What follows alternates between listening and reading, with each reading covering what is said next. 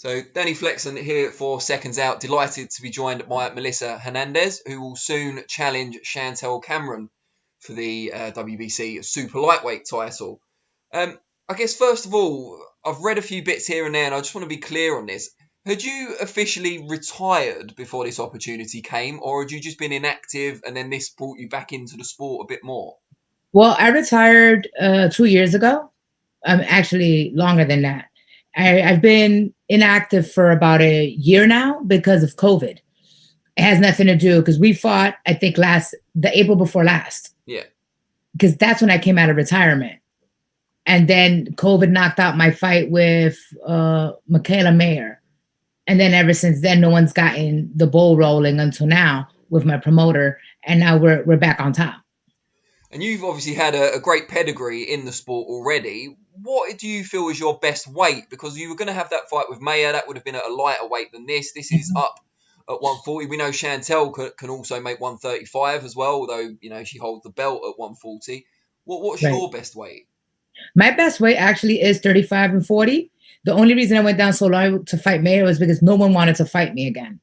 Because even when I came out of retirement, my last fight was almost at 140. I think we was 138. And in the amateurs, I fought at 138 and stuff like that. So yeah, I think this is my target weight. And it must be pretty good in a way. Like, the pandemic's not good for anyone, but it must be good in your perspective that it's leveled the playing field somewhat. Like, everyone's had to endure a similar level of inactivity. Right. Everyone's had to be, no one's boxing or anything. But I think it hurts me the most though, because since I've been retired for 3 years and then I came back, I think they're, not being in the ring so long, but then it also gives me more time to train and get ready for the next opponent. How important then is the quality of sparring you've been getting in camp to kind of fill in those gaps where you haven't been out in the ring as often? Well, now that I'm in New York, the quality of sparring completely, totally spiked. Hence why I'm here now. In Miami, there really isn't anything I can, there's no quality sparring. But I came over here, we finished, I think we have 4 or 5 weeks out. And this is where we are to make sure that we get the best sparring possible. And are things starting to open up a bit more in New York now in terms of the gyms and so on? Well, New York it's still under a lot of shutdowns. Like, you're not allowed to spar, but there's like 2 or 3 gyms that will let you spar. Unlike Florida. Florida is it's like mayhem. You can do whatever you want there anytime. It's the reason why I left too. I don't want to get COVID and ruin my opportunity. Yeah, well, that makes perfect sense. Mm-hmm. How long before the show are you planning to come over to the UK? Because I guess there's got to be testing and quarantine and everything else. Right. Well, they haven't told us anything yet. They said maybe 5 days. I'm thinking it's more like 10. That's why I've jumped over here so much sooner than I was supposed to. But no matter what, even when I get over there, Hannah Rankin has reached out to me. So I'll be over there with her soon after she wins her next fight. Oh, so you'll be staying with her?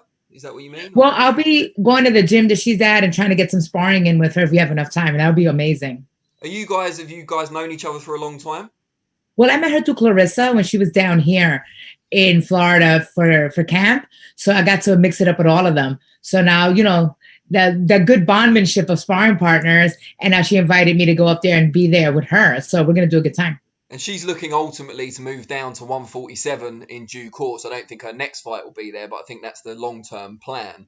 You said Right. You mixed it up with both of them, though. What was it like mixing up with Claressa? Because she's so much bigger than you. She's humongous. I'm sure she'd appreciate that description. The thing about it is, I don't care how much you weigh, how little you weigh, how big you weigh. Work is work. So when you're up there, especially with somebody of the likes of Claressa, when you're at my age now and you can stand up there with her, I think it's a beautiful thing. And it was really fun mixing it up with her because I didn't want to get hit, I can imagine.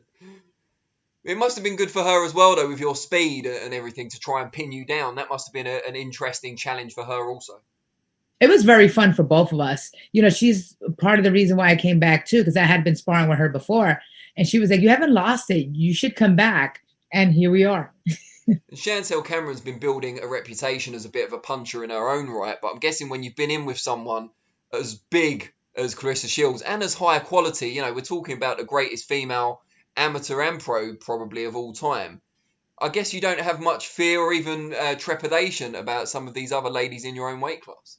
Well, the thing about it is like, even besides being in there sparring, because sparring is nothing like fighting. Sure. And I've never fought Claressa and I never will, you know, but it was fun sparring with her. But I've been in there with the likes of Chevelle Hallback, Layla McCarter, Jelena Mrdjenovic. And that power is very different from like the power that Claressa holds. Clarissa's just a big girl and she's fast for her weight class. But then you're talking about the creme de la creme of our weight classes. You know, you're talking about Jelena Mrdjenovic, which I think is one of the hardest punchers in women's boxing. Sure. You know, and I've stood up there to her left hook a bunch of times. So fear has nothing to do with anything. You know, it's all about skill. And I think fear plays a good right. Because with fear, you tend to move more and you make less mistakes when you're scared. Or I like to say cautious. Now, you'll clearly be the best name on Chantelle Cameron's record thus far. You won't be able to say the same about her. You've been in with a very high class of opponent. How important is that extra experience and the quality of opposition you faced? I think it's everything for me, for the fact that I've been in there with all the names that needed to be in there during, you know, my time. But with Chantelle, I don't see Chantelle as any lesser as an opponent. I mean, I've made statements that I wasn't impressed, but I'm a fighter. That's how I talk. Sure. You know, I don't know what's going to happen fight night. I wasn't impressed because the quality of opponent she had in front of her last time. And maybe that was the best that she could do, or she wasn't on her game today. Who knows what happened that fight that I watched? You know, so I'm taking nothing away from her. You know, she is the champion. I am fighting her on her grounds. So I have to show up and do what I usually do, which is go in there and snatch the trophy. What does impress you about her? Because I agree the last performance wasn't as good as it could have been. There were issues with the opponent coming in overweight and so on. But what do you like about her game? Well, what I've noticed is the same thing you just said, is she comes off as a puncher. So that makes me weary. You know, I don't want to find out how much of a puncher you are. I like to think that I have a great chin. But I don't want to find out. I don't want to, you know, wake up on the canvas and be like, oh, yeah, she could punch. Yeah. You know? That's not when you want to find out you don't have a good chin after all. No. I don't, you know what? If I have a good chin, I'm going to take that to the bank. I don't want to find out, you know? So I respect her youth. I respect her work ethic because she's training just as hard as I am. You know, she knows she's fighting me. There's a whole thing that comes with fighting me. You know, because people are talking, there's good and bad. It's I'm too old or I'm too good. So I'm looking at it the same way. Either she's that good and she's young. So I guess it's, you know, we're at a Mexican standoff. Now, something I have to ask you, and I'm asking this to a lot of fighters that are coming to the UK in the next few weeks or months, is that we've had some negative publicity in the UK recently about some of the judging decisions. For foreign fighters and them not getting the good end of decisions against local fighters. Is that something that's caught your attention out there in the US? And if so, is it something that concerns you? All right. To be 100% honest, when you fight in somebody else's backyard, you know you're not getting that decision. You know you have to knock them down to maybe get a draw. You have to knock them out. We all know this has had nothing to do with the UK. I suffered a couple of bad decisions in Argentina and a couple of places, you know, and I know what I have to put in. I know that I'm already walking in there with 3 strikes and that's an out already. So I have to pull off something miraculous, but I'm also not going to sit here and say that she got the nod. You know, it's on TV. People get to see. If I win and she gets the nod, the public knows who won. And I don't mind being the people's champ. You know, at the end of the day, this for me, I've had world titles before. I've been pound for pound the best in the world before. I don't want to lose, but if I know in my heart that I put in my best and I did everything, it's a win-win situation for me. At 41, I'm fighting for the WBC against the #1 champion. Where is my loss?